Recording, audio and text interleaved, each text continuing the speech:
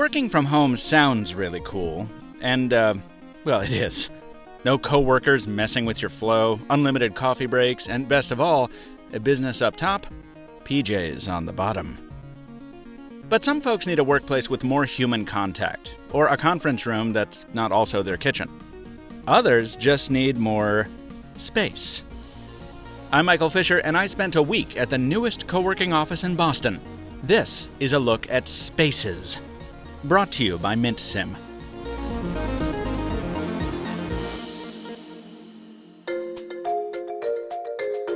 Spaces is a contemporary take on co-working, the use of an office by people who are self-employed or working for different employers to share equipment, ideas, and knowledge.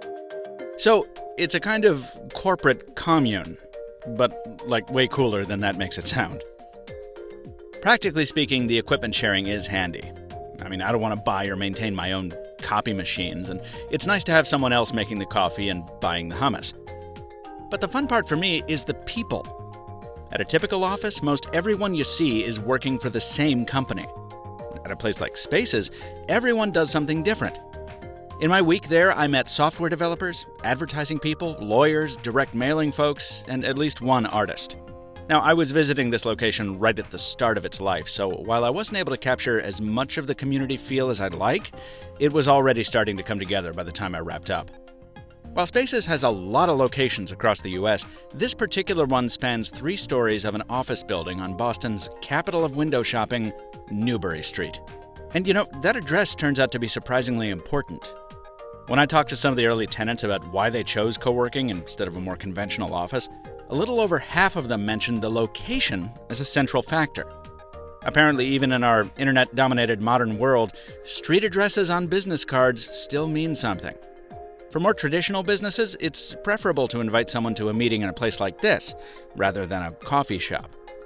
And if the tchotchke-stocked faux living room spaces just won't do for you, conference rooms are available in a variety of styles, and they come equipped with the usual accoutrements, like widescreens and whiteboards. And of course, people will always need their own spaces.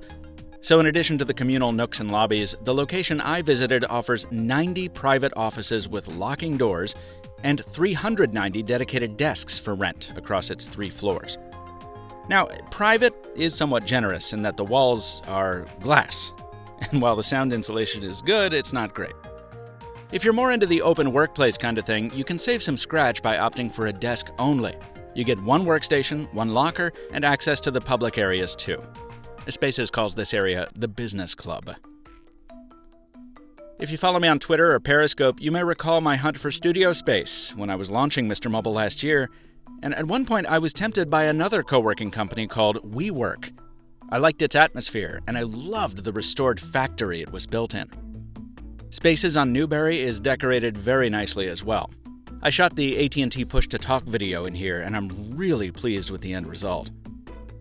But ultimately, MrMobile ended up in a more traditional commercial building, and the main reason for that was floor area.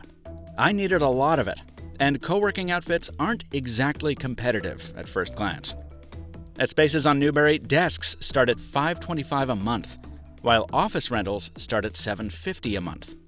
And conference rooms go for $10 per person per hour. There are a ton of packages available. Now keep in mind, those prices reflect things like the desirable address, and also perks like unlimited high-speed internet, 5,000 square feet of business club, and free bikes. When you combine that with 24/7 access, a flexible contract term, and exposure to all kinds of people across different fields, it's easy to see why some folks prefer co-working. Back to work.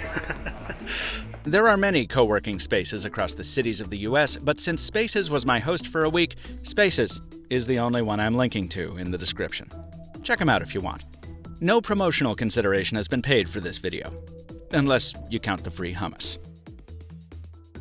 Today's actual sponsor is MintSim, the new way to get high-speed LTE in the U.S. Head over to mintsim.com and use the discount codes in the description for premium quality service on a premium quality network for a fraction of the price. Till next time, thanks for watching, and stay mobile, my friends. Tons of fun.